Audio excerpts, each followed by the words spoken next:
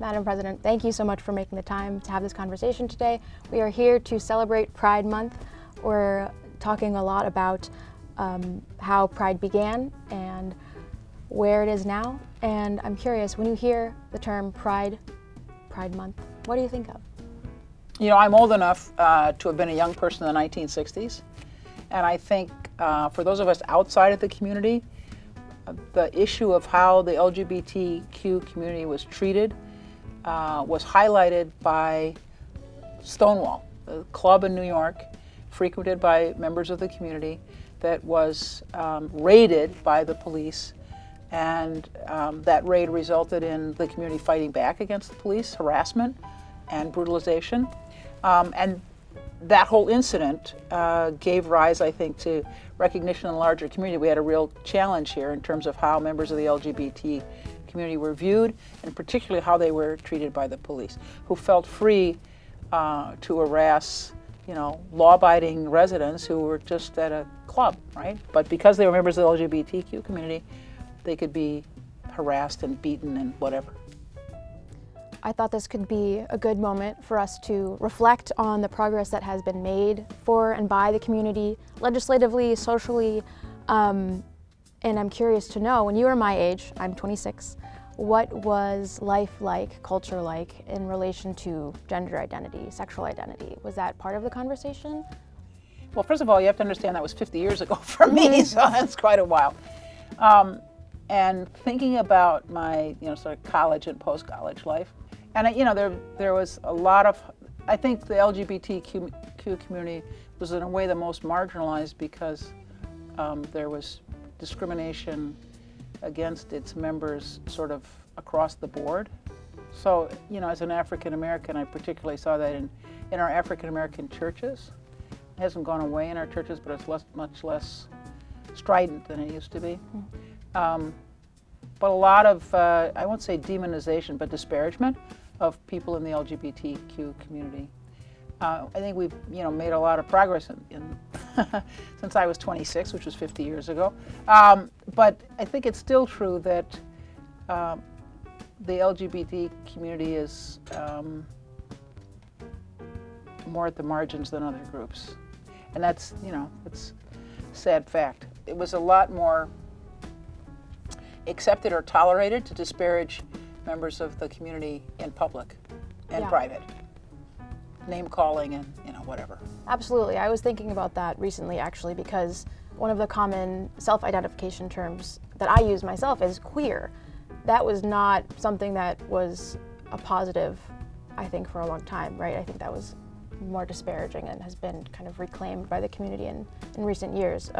Yeah, it flipped it. Yeah. It's not disparaging. We embrace this. It's not a disparaging term anymore. Mm-hmm. You mentioned your own kind of ties to the marginalization that people face currently and also when you were my age.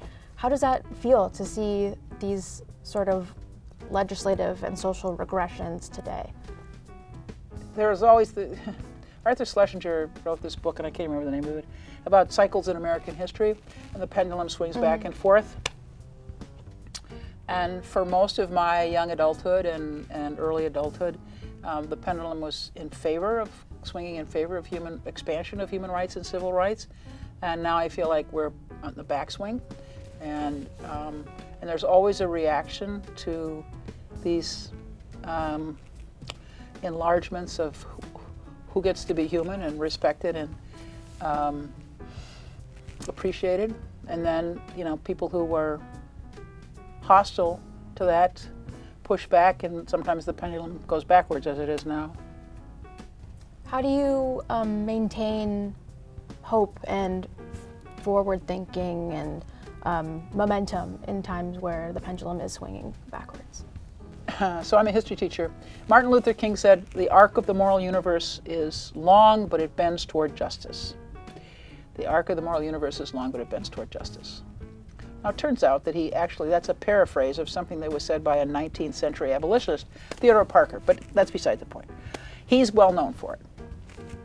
But I always say, look, the arc doesn't bend of its own volition.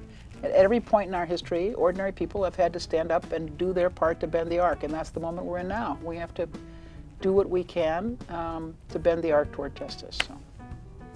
What do you think, let's say a newcomer to wanting to make those kinds of efforts could do, an entry-level point to wanting to bend the moral arc?